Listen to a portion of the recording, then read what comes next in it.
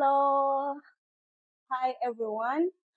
Atek Real Estate Company here with you today, and we're here to talk about real estate. What is real estate? I go by the names of Prudence, Alessi Daisy, your agent from Atek Real Estate Company, and today we have the CEO around Atek Real Estate Company. We have the director around Atek Real Estate Company. So I'm going to give them this chance to introduce themselves. Yes, dear CEO. Well, I welcome you all to the show, the Arctic Real Estate Talk Show. Here speaking is Table Aaron, CEO at Real Estate Company. And I'm happy to be with you today and share a few things here and there and teach you more about real estate company. My name is Emmanuel Kasingo at the Real Estate Company Director. Much more glad to be here. Very excited to be on this show.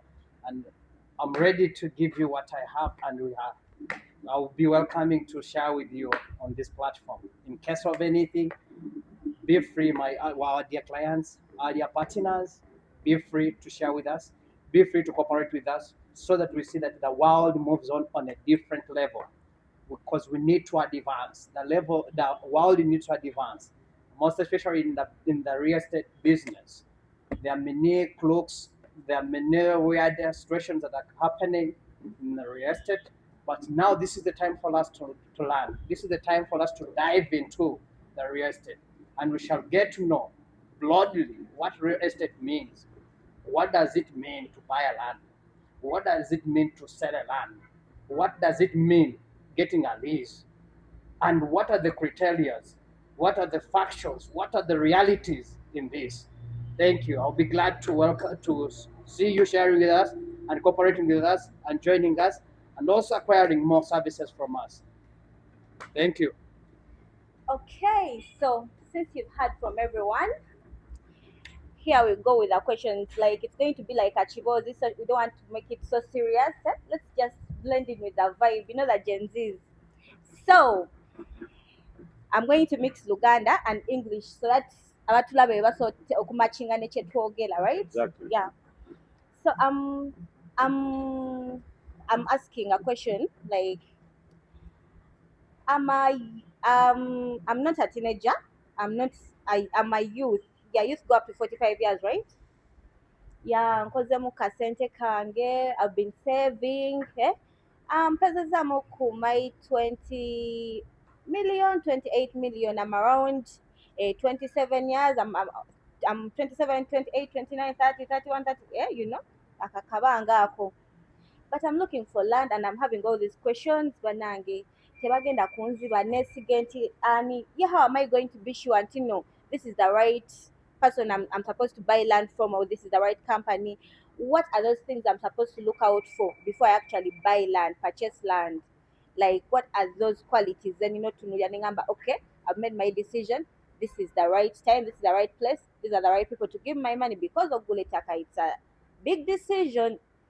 Yeah, sente mbanka saving akasente kange kumpi kati nguma ntya ne ngamba On that question, thank you so, Madam Daisy. Real estate kankyogereko bwenti mu bufunze kangezeko kifunza. soko tunyonyolemu what is real estate, abantu basooke bakitegeere kyeki, okugula ettaka kyeki, ettaka kyeki, soko banyonyole olyoke onzemu kyekibuuzo kyange Director Emma. Neyanziza nnyo Madam Daisy, weebale nnyo. Real estate yo nga yo nnyinza kugyogerako mu ngeri bweti. Real estate kintu kinene nnyo. Yes. Naye abantu abasinga tugenda ne tukwata real estate ne tugifunza. Ate nga real estate nnene nnyo, eri broad. Lwakuba nti nno abantu twakizuula nti nno real estate just muntu kugula buguzi ttaka. N'oteekako ennyumba oba amayumba 2 oba 3. Naye real estate etwala ebintu bingi. Real estate yo nga y'okusookera ddala mulimu okugula ettaka, mulimu okuzimba, mulimu enkulaakulana, kuteekako infrastructure ez'enjawulo enguudo, ebintu ng'ebyo, malwaliro. Ebyo byonna biri mu real estate. Ebyo byonna biri mu real estate. Real estate yo nga yo ngazi naye abantu kyedinga ne tukola kino tugifunza gamba nti bwe mbanga mmanyi nguze ettaka lyange ettaka lyange eryo ne nditeekako ennyumba nnyinza ogimakinga estate. Yes, mu ngeri emu oba endala ku ngeri y'omuntu yayinza otegeeramu tuyinza okugamba nti neeyo real estate. Naye real estate yongayo erina ebintu bya njawulo. N'okuwa omuntu lease ku ttaka n'okugaba okutunda amataka, that's part of real estate. Okuzimba, that's real estate. Okusitula ebintu ebyenjawulo, enguudo, malwaliro, byonna that's part of real estate. Butale, byonna that's part of real estate. Real estate yongaye ngazi mu ngeri yaayo. Kati abaana bangi nnyo wabuziza ekibuuzo nti nze nkozeewo akasente kange kisobola kwadvisinga ne kugamba genda mu real estate. Akasente k'oba okozeewo nja kwadvisinga okusinza kubanga real estate yongayo ngazi. You cannot manage real estate gwe nga gwe omuntu kinoomu, naye ate oyinza okumanaginga okufuna ettaka. Kati nganze ali mu real estate nja kuyambako okusobola okuzuula ttaka ki, mitendera ki gy'ogenda okuyitamu okufuna ettaka. Emitendera gy'ogenda okuyitamu okufuna ettaka ye omuntu gw'ogenda okugulako ddala kituufu ddala mutuufu ow'okugulako ettaka. Ye ebintu documents ebipapula byakuwa bye bituufu.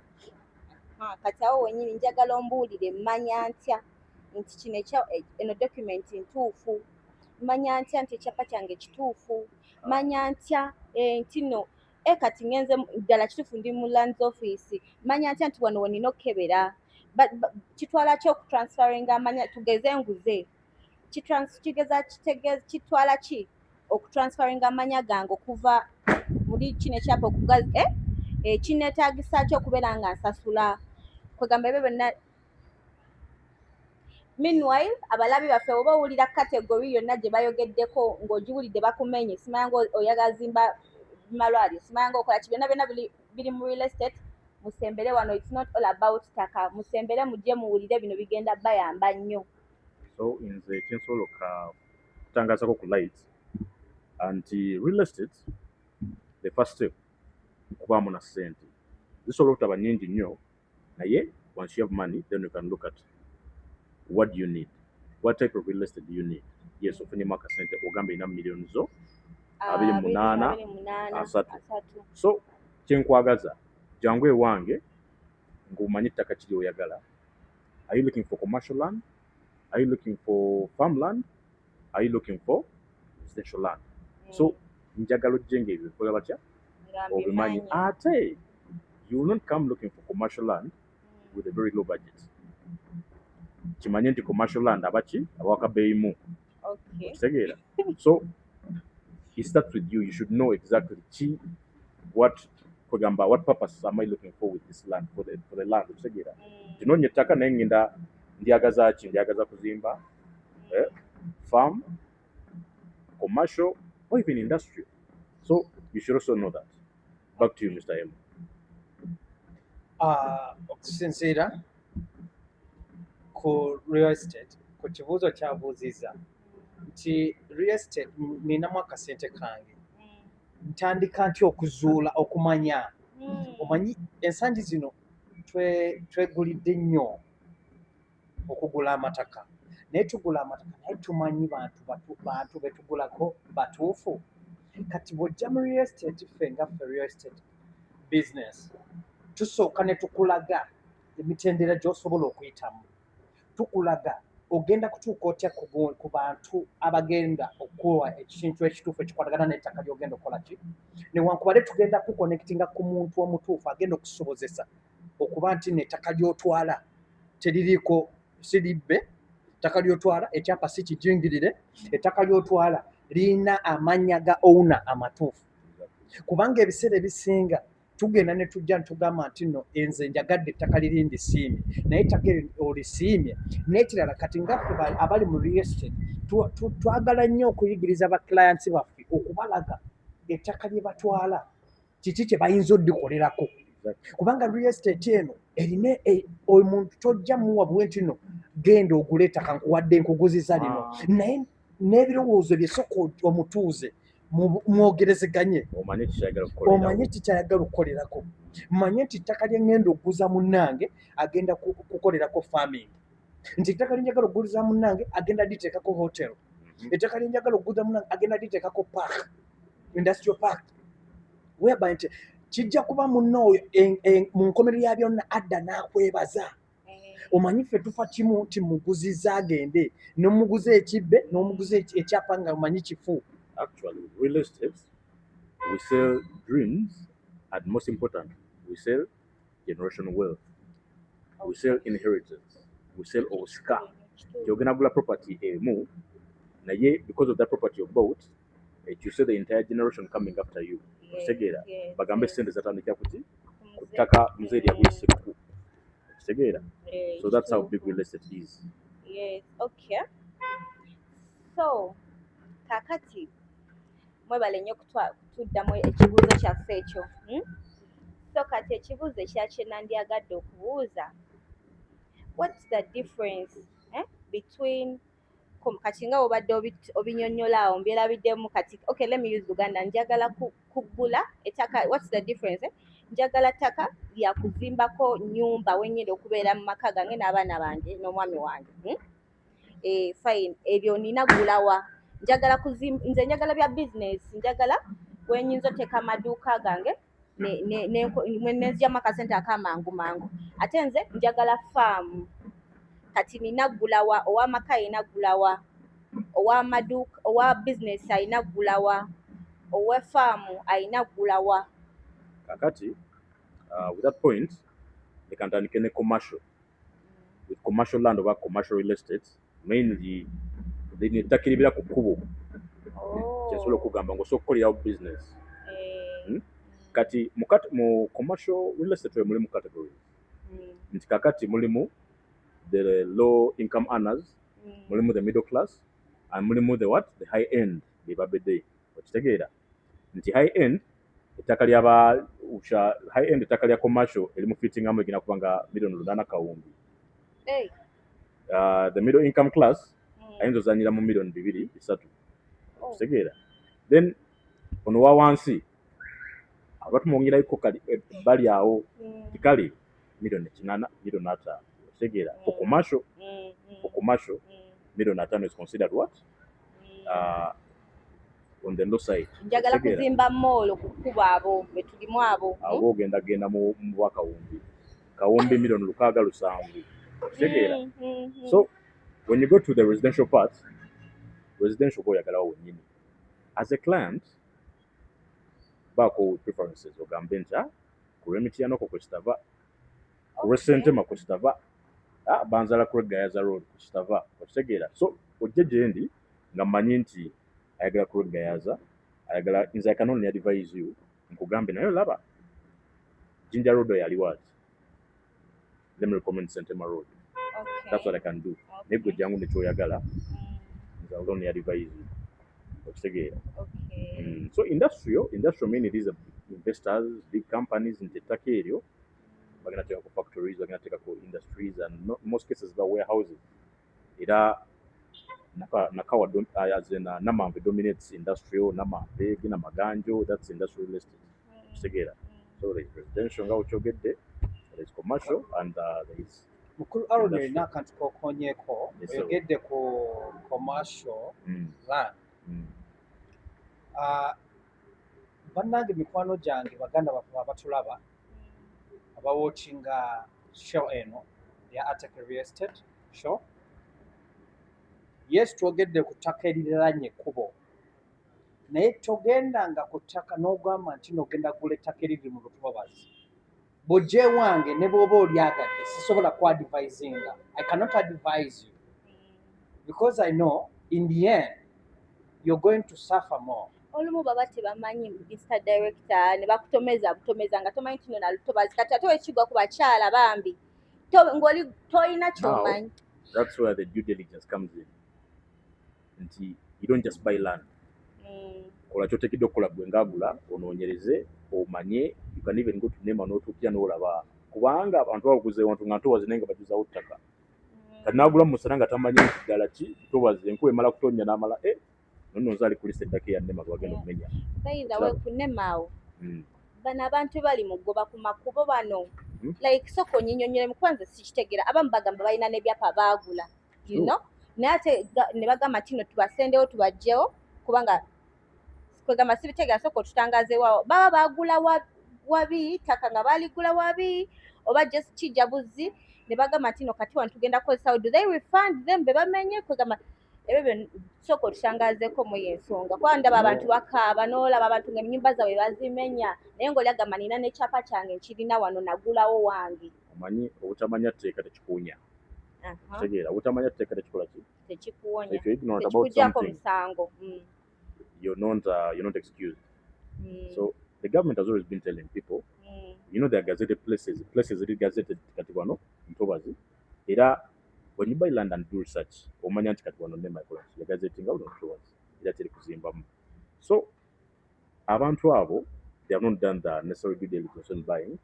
Abula n'okosa ekifuba. Ne bagamba omanyi nze nyina gwe mmanyi nyina zimbawo. Kubanga era land in Ntobazi, it's cheap. Okitegeera? So kati that's why you find these places Kigo what lwaki abantu baddukira nnyo mu Ntobazi zeeyo ziba cheap nti ettaka eddungi eryeyo lirina kuba miliyoni nga 2 naye ate bamuyisa wali mu Ntobazi ligenda kuba miliyoni nga 8 kati oba olaba those wannabes abagala okwefuula abagaga the wannabes will rush in and go for the what the swamps. Mr. CEO. No, we're trying to be direct. Teri kukuba. So that's it. Mumanye exactly ki n'abazimba kuko balina omanya there is road reserve. They should know era ekkoto ligendako n'ogulako ku kaploti kakati nololoza olinawo kinene nnyo there is road reserve munange era ozimbawo kiri bajja kukumenya. So that's it. You excuse me for this. Yes, Mr. M obadde okyatutangazaamu awo. Mukulu Aaron alina kyabadde akyayogerako. Ekintu ekyo kitwala ebintu bingi nnyo. Ebiseera ebisinga abantu awo tukoledde ensobi nti ogenda n'olaba ekifo ky'oyagala ate nga kiri mu Ntobazi. Kati real estate yajjawo okuyamba abantu, sobola okuyamba abantu okusobola okuva mu nkayana z'ettaka, okuva mu kubbiwa kw'ettaka. Kino nja kigeraageranya, omanyi nze nsoma nnyo ebyawandiikibwa ate ndi muntu wa kigambo. Nkutegeera. Omanyi abaana ba Isirayiri bwe baalinga buli we baagendanga basobola baatuukanga buli we batuukanga baagala balyewo ate era Katonda n'abawa obuyinza okulyawo. Kati abantu ebiseera ebisinga bano bawulira nti nno bali mu Ntobazi babagobye mu Ntobazi ebiseera ebisinga si nti baba n'ebyapa kati olw'okuba nti bagenda ne baagala balye ebitundu naye alabye wano wensobola njagala mbeere. Kati baabana ba Isirayiri baalina omukwano kubanga oli Katonda yali kitaabwe. Already bamusabye bagamba twagala tuve mu nsi yaani ye Misiri. Kati balina okusambula bave mu Misiri naye n'abawa ennaku zaabwe n'abagamba mugenda kumala mu ddungu ennaku ezo nga mutambula okusobola okutuuka mu nsi ensuubize. Naye baatuukanga mu bifo ebimu ne bawumulamu. Kati kyekino ekiriwo kaakati ensangi zino nti ojja kwesanga omuntu ajja kuva eka Nabulemu ajja agende mu Lubigi. Bw'atuuka mu Lubigi asange Lubigi ng'eterina kiriwo awumule. Kati bw'awumula olwaleero enkya nga tebamugoba ne luli enkya ogenda kumulaba ng'aleese amabaati akubyewo. Kati ojja kwekanga yoyo gojja okusanga emyaka 5 emyaka 10 ng'ali mu Lubigi. Negative aba real estate twajja tusobole okuyamba abantu bano nti bwe tukuyambako twagala tukusobozesa okuba nti n'ofuna ekifo ekituufu ekisaanidde mw'olina okubeera. Kubanga yeno sensitization era gye tutandise kaakati twagala n'abantu bamanye nti ettaka lye ngenda okubeerako ddala ttaka ttuufu, ekifo kyendimu ddala kituufu, kikwatagana mu kubeerawo kikwatagana n'amateeka ga gavumenti. Kikukakatako gwe kennyini okumanya. Kati kino kye tuzza okumanyisa abantu basobole okutegeera. Yes. Bannange emikono gyaffe abatulaba njagala osooka obbajjukiza kano kankayiseewo mu magezi. This is our first time here.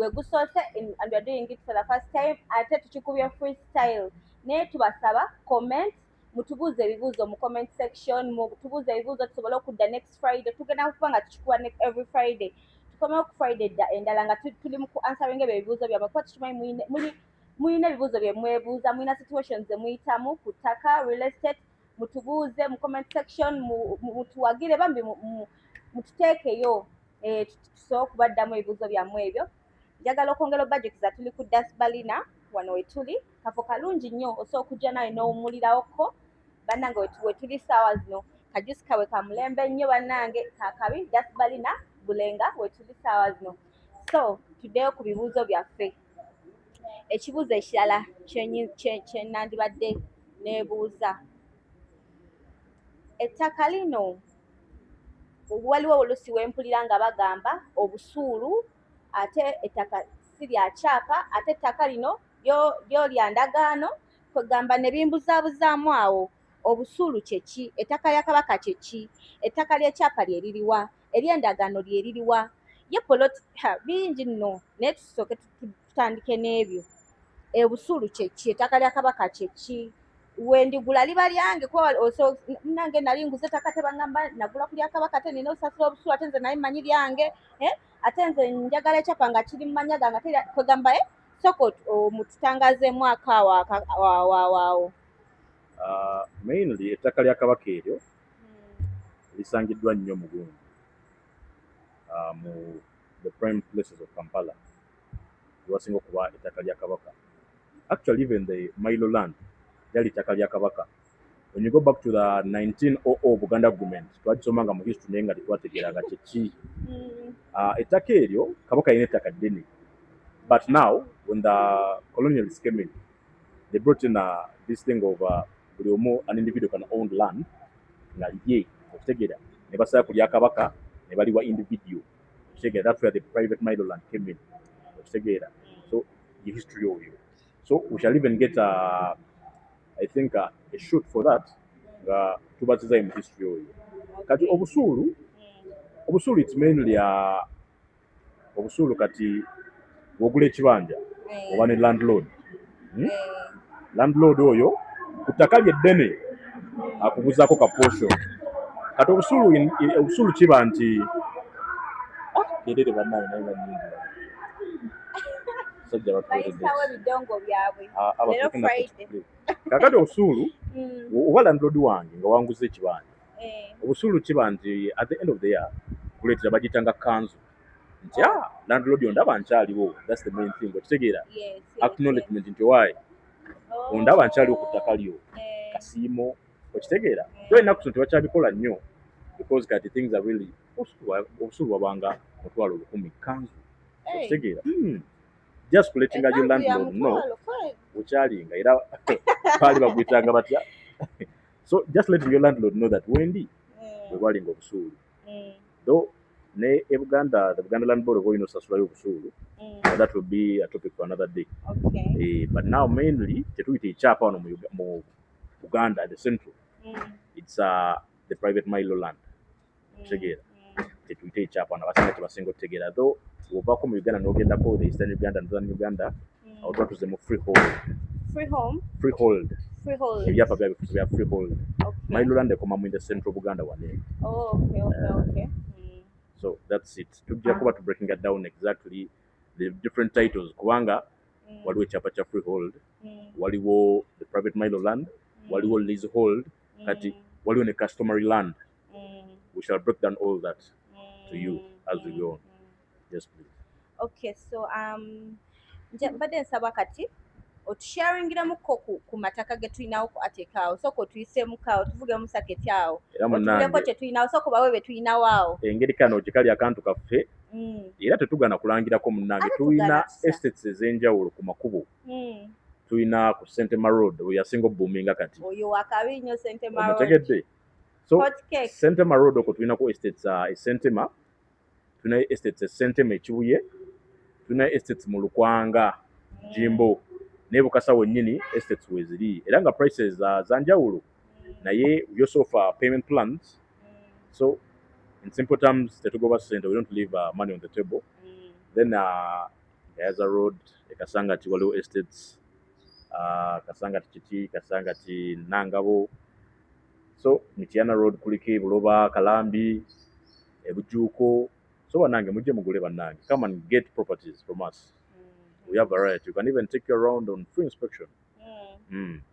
And also like social media buli wamu gye tuli tukebereko Instagram, Facebook, TikTok gye tuli banaye mutukebereko mutuweereze message mutuweereze ebibuuzo mujje bannange inspection mujje tukole inspection jangu inspecting bannange tolowooza muno okufuna ettaka olina kubeera mugagga nnyo sooka bakugambye tulina payment plans offer payment plans jangu teekayo akatini eddayo okoleeko era leeta ojja with time ettaka lyo nga likola ki ng'olina mu ngalo zo. Yes, so ekibuuzo ekirala akati sigenda buuza kibuuzo kati akazindalo kankadize CEO ne director wowe waliwo ekirala kye mwagala otutangazaamu awo mututangaze nze ebibuuzo byange sofa kati tukikube freestyle mututangazeemu awo kiboozi kya land. Kakati ekiboozi kigenda kujja mu bungi nnyo naye kye twagala okulongosa mu mulimu guno eno manyi buli muntu ali mu ttaka ebiseera biri nga bakumanyi nga akuba kibulooka ono bulooka naye atulisi muze bulaba nti bamuyita ba bulooka ennaku zino basajja batambulira mu zi V8 basajja balina malls okitegeera. So things have changed era even when you search real estate actually is one of the backbones of the economy of any country. Real estate has always stood it has always stood the test of time. So real estate is not something to just play about. Mulimu guno twagala gulongoosa nti even the agents mbadde mbanyi nga just abakuba ekibulooka we want to educate the agents and tell you that you can come, you can get licensed, you can learn the professionalism. Omanyi earning commission is not all about you spread the gospel nti nyina gwe nabuliddeko nti ttaka weeriri and that automatically makes you earn commission. No, you should know what to do. You should help your client through the due diligence. You should do the boundary opening. You should know how to interpret which titles. You should know all that. So twagala gutereeza omulimu guno bannange era tugenda kuba tukyaza abantu ab'enjawulo ba surveyors, even the lawyers mainly under real estate. Tukyaze abantu ab'enjawulo, tukyaze the guys that have made it in real estate, the mentors we look at tubakyaze era bayongere breaking it down. So Director Emma, if you have anything to say, you can continue educating the public. Nzija kwebaza omanyi